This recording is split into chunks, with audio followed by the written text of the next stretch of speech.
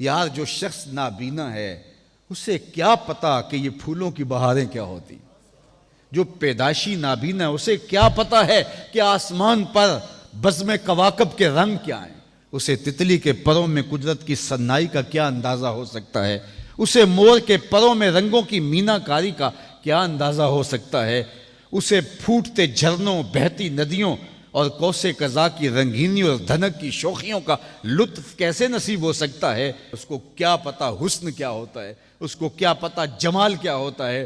اسی طرح جس کے دل کی آنکھ اندھی ہے اسے کیا پتا ہے کہ جمال خدا کیا ہوتا ہے، اسے کیا پتا ہے کہ سجدے کی لذت کیا ہوتی ہے، اسے کیا پتا ہے رکوع اور قیام کا مزہ کیا ہوتا ہے، اسے کیا پتا ہے کہ روزے کا سرور کیا ہوتا ہے۔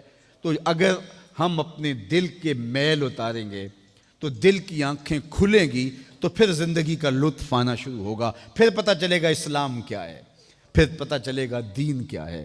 اللہ اکبر۔ اسی لیے قرآن نے کہا من کان فی ہذہ اعمی فہو فی الآخرۃ اعمی واضل سبیلا، جو دنیا میں اندھا رہا کل قیامت کے دن بھی نابینا اٹھایا جائے گا۔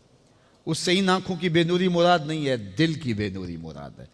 اقبال نے کہا تھا دل بینا بھی کر طلب خدا سے، کہ آنکھ کا نور دل کا نور نہیں، آنکھ کا نور اور ہے دل کا نور اور ہے۔ تو جس طرح آنکھ بے نور ہو جائے، آنکھ پر دھند، جالا، ککرے اور سفید اور کالا موتیا اتر آئے تو ہم سب کچھ بیچ کر کے بھی آنکھوں کا نور خریدنے کی کوشش کرتے ہیں۔ تو یار کبھی اجڑے ہوئے دل کا بھی تو علاج کرواؤ۔ علاج تمہارے گھر میں پڑا ہے، راتوں کی تنہائیوں میں اٹھ کے قرآن پڑھو اور ساتھ رویا کرو، دیکھنا دل کے میل اترنا شروع ہو جائیں گے، اور دل کے پردے سے وہ غلاستیں جب اتریں گی تو پھر پتہ چلے گا کہ دل جمال یار کیسے دیکھتا ہے، دل کی دنیا کیا ہے۔ وچے بھیڑے وچے چھیڑے وچے ونج مہانے ہو، 14 طبق دلے دے اندر تمبو وانگوں تانے ہو، پھر پتہ چلے گا یہ دل دنیا کیا ہے۔ پھر اس کی تڑپ، اس کی بے چینی، اس کا اضطراب زندگی کا حاصل بن جائے گا۔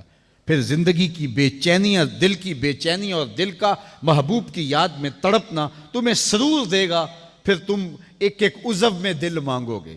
وہ مزہ دیا تڑپ نے میری آرزو ہے یا رب، وہ مزہ دیا تڑپ نے میری آرزو ہے یا رب، میرے دونوں پہلوؤں میں دل بے قرار ہوتا۔ پھر سمجھ آئے گی کہ یہ دل کتنی قیمتی شے ہے۔ اللہ نے بدن میں آنکھیں بھی دو رکھی ہیں، کان بھی دو رکھے ہیں، ہاتھ اور پاؤں بھی دو رکھے ہیں، لیکن دل ایک ہی رکھا ہے، اور دل عرش اللہ ہے، اللہ کا عرش ہے۔ پھر پتہ چلے گا۔ تو آئیے دل سے زنگ اتاریں، میل اتاریں، دل مصفہ ہو، دل خوبصورت بن جائے، پھر دل کی کشکول پھیلا کے پھر عرض کریں ہر تمنا دل سے رخصت ہو گئی، اب تو آجا اب تو خلوت ہو گئی۔ لیکن یہ میل کچیل سے ہٹا ہوا ہوگا تو گندی جگہوں پہ محبوب تو نہیں آتے ہیں۔ تو حسد، حقد، کینے، بغض، نفرتیں یہ ہم پالے رکھتے ہیں، اپنی زندگی کو ہم نے خود بوجھل بنایا ہوا ہے۔ میاں حسد کرنے سے محسود کا کیا ہوگا، ہم اپنے آپ کو تلخی میں مبتلا کیے ہوئے ہیں۔ بغض رکھنے سے مبغوض کا کیا ہوگا، ہم اپنے آپ کو بوجھ میں مبتلا کیے ہوئے۔ تو اپنے دل سے یہ سارے بوجھ اتار کر کے جب دل کو مصفہ اور مزکہ کریں گے تو پھر دیکھیے کہ دل کے آئینے میں کیسے جمال یار دکھائی دیتا ہے۔ تو اس دل کی اصلاح ہوگی کثرت کے ساتھ قرآن مجید کی تلاوت کرنے سے۔ تو راتوں کی تنہائیوں میں اٹھ کے قرآن پڑھو، دیکھنا کہ کیسے دل کے زنگ اترتے ہیں۔ بعض لوگ بڑی عجیب خبر سناتے ہیں، میاں تمہیں کیسے پتہ؟ وہ کہتا ہے میں رات اچانک نیند نہیں آ رہی تھی تو ایک چینل کھولا تو اس میں یہ خبر چل رہی تھی، تو میں نے کہا تجھے نیند نہیں آ رہی تھی، تو نے چینل کھولا، کاش تو قرآن کھول کے بیٹھ جاتا، تجھے وہ دکھائی دیتا کہ تیرا اندر تیرا باہر روشن ہو جاتا۔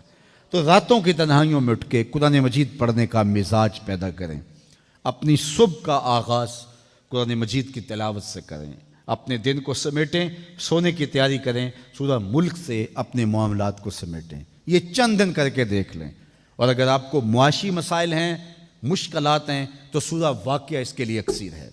صرف 3 رکوع ہیں، اتنی اکسیر کہ جس کی زندگی میں سورہ واقعہ آ گئی وہ مشکلات میں مبتلا نہیں ہوتا، اللہ اس کے لیے رزق کے دروازے کھول دیتا ہے۔